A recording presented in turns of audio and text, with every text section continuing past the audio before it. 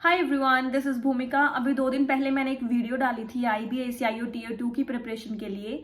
तो उसमें मुझे काफ़ी लोगों ने एक क्वेरी पूछी है कि हम ऐसे लिखें कैसे, अच्छा ऐसे कौन सा होगा, और हम प्रेसी कैसे लिखें, कॉम्प्रिहेंशन कैसे करें। तो देखिए, अभी तो इस वीडियो में सब कुछ तो हम लोग डिस्कस नहीं कर पाएंगे, लेकिन हम डिस्कस कर लेते हैं एक अच्छे ऐसे के बारे में।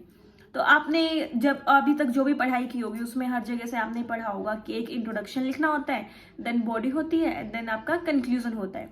अभी हम बात कर लेते हैं कि उनका बाइफर्केशन कैसे कैसे आपको करना है और कैसे एक अच्छा ऐसे आप लिख सकते हो।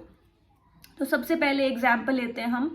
फॉर एग्जाम्पल, अगर आपका क्वेश्चन आता है कि how article 370 was a threat to national security, तो अब जो एक क्वेश्चन पूछ लिया है ना ऐसे में, जो कि आपने देखा होगा कि पिछली बार जो IB का पेपर आया था उसमें भी क्वेश्चंस ही पूछे गए थे कि कैसे है ये थ्रेट, ये कैसे है, ये क्या है।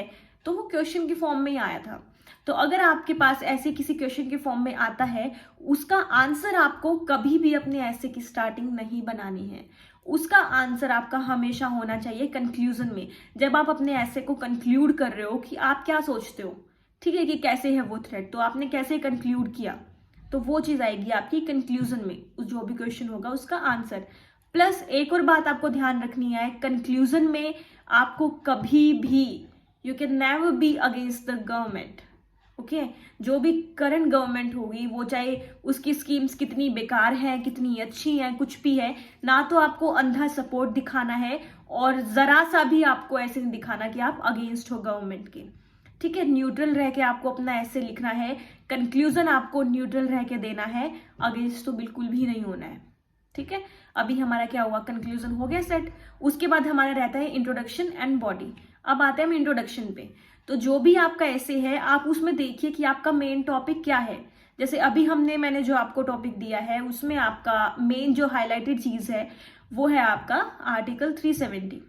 इंट्रोडक्शन में आपको लिखना है कि आर्टिकल 370 एक्चुअल में क्या है, कि आर्टिकल 370 आपको क्या बताता है, वो क्या है। ठीक है, तो उसकी आपको पूरी डेफिनेशन लिखनी है। 5 से 6 लाइन में आपका वो इंट्रोडक्शन हो जाएगा, जिसमें आपने बता दिया कि आर्टिकल 370 क्या है। उसके बाद आते हैं हम बॉडी पे। अब जब हम बॉडी पे आए हैं, तो आर्टिकल 370 जब से लागू हुआ है ना, तब से लेकर कुछ अगर अमेंडमेंट हुई है वो, उसके क्लोजेज आपको पता है तो वो, उसके बाद वो फिर आपको इंक्लूड करना है कि कैसे थ्रेट था नेशनल सिक्योरिटी को, क्या क्या चीजें उसने कश्मीर में रोक के रखी, जम्मू कश्मीर में क्या क्या नहीं होने दी, कहाँ तक बंदिशें थी, जो भी था। ठीक है, सब कुछ आपको वहां पे लिखना है। उसके बाद आपको आना है कि हाँ, कैसे उसको रिपील करना बहुत मुश्किल था, कैसे उसका रिपील हुआ, और अब क्या सिचुएशन है, कैसे सिचुएशन उसके हटने के बाद इम्प्रूव हुई।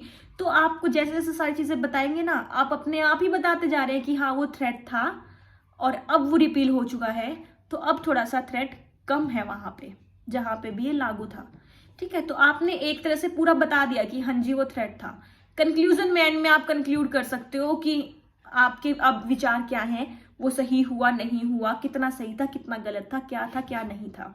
जिसमें आपको ऑब्वियसली उसके रिपील को तो आपको सही बताना है और आपको यही बोलना है कि हाँ वो थ्रेट था।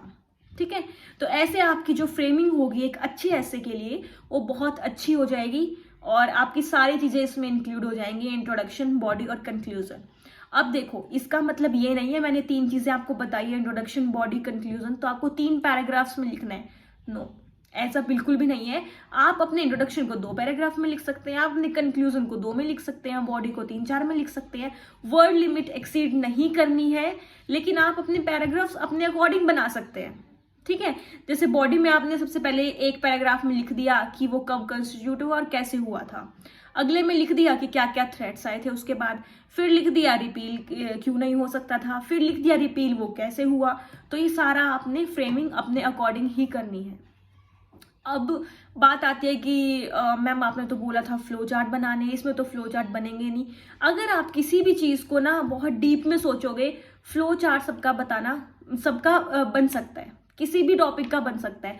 अगर मैं अब इसमें भी देखूं तो आप ऐसे कुछ बना सकते हो कि जैसे आपने सर्कल्स में दिखा दिया कि इस वाले ईयर में ये, नीचे लिख दिया कि कंस्टिट्यूट हुआ था, अगले वाले ईयर में जब भी था कि मतलब ये चीजें हुई थी इस आर्टिकल की वजह से, फिर कोई अमेंडमेंट है अगली ईयर में, आपने वो सर्कल कर दी। ऐसे ऐसे आप पार्ट्स बना के लिख सकते हो, तो आपका एक अच्छा ऐसे फ्रेम हो जाएगा। ठीक है, आई होप आपको क्लियर हुई हैं थोड़ी बहुत चीज़ें।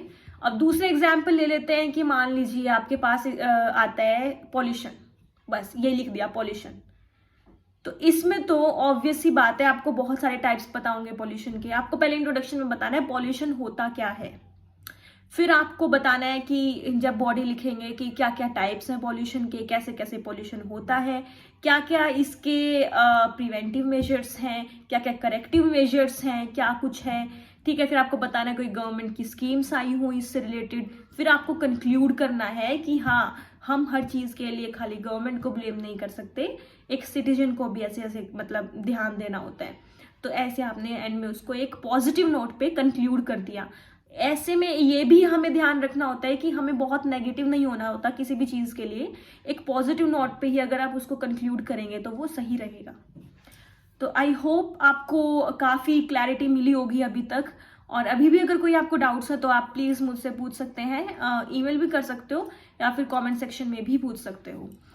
इसके अलावा प्रेसी जो है और कॉम्प्रिहेंशन जो है वो हम नेक्स्ट वीडियो में डिस्कस कर लेंगे। So thank you so much of watching this video. Oh wait, एक और चीज़ थी, लोग मुझसे पूछ रहे हैं कि मेरे ना सीजीएल जो टियर 3 होता था उसमें मेरे मार्क्स कभी भी अच्छे नहीं आए, मैं तो पास भी नहीं हो पाया था उसमें, तो मुझे बहुत डर लग रहा है।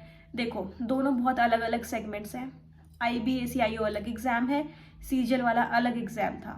ठीक है, उसमें टियर 3 में कोई ना कोई प्रॉब्लम थी, अब नहीं है ना वो टियर 3, इसीलिए नहीं है क्योंकि उसमें थी प्रॉब्लम, चेकिंग में हो या किसी भी चीज़ में हो, वो थी। ठीक है, यहाँ पे आप बिल्कुल फ्रेश माइंड से पढ़ो, ज़रूरी नहीं है वहाँ पे आपके मार्क्स बिल्कुल पासिंग मार्क्स भी नहीं आते थे तो यहाँ पे भी नहीं आएंगे, ऐसा बिल्कुल भी ज़रूरी नहीं है। मेरे खुद के टियर 3 में कभी बहुत अच्छा स्कोर नहीं रहा, लेकिन IB में आया था। ठीक है, IB का पेपर अच्छा भी गया था। तो ऐसा कुछ भी नहीं है कि एक पेपर में आपके नहीं आए तो यहाँ पे भी नहीं आएंगे, नहीं, आप प्रैक्टिस करते रहिए, करंट के टॉपिक्स को पढ़िए, सब अच्छा होगा। बाकी या thank you for watching this video and all the very best.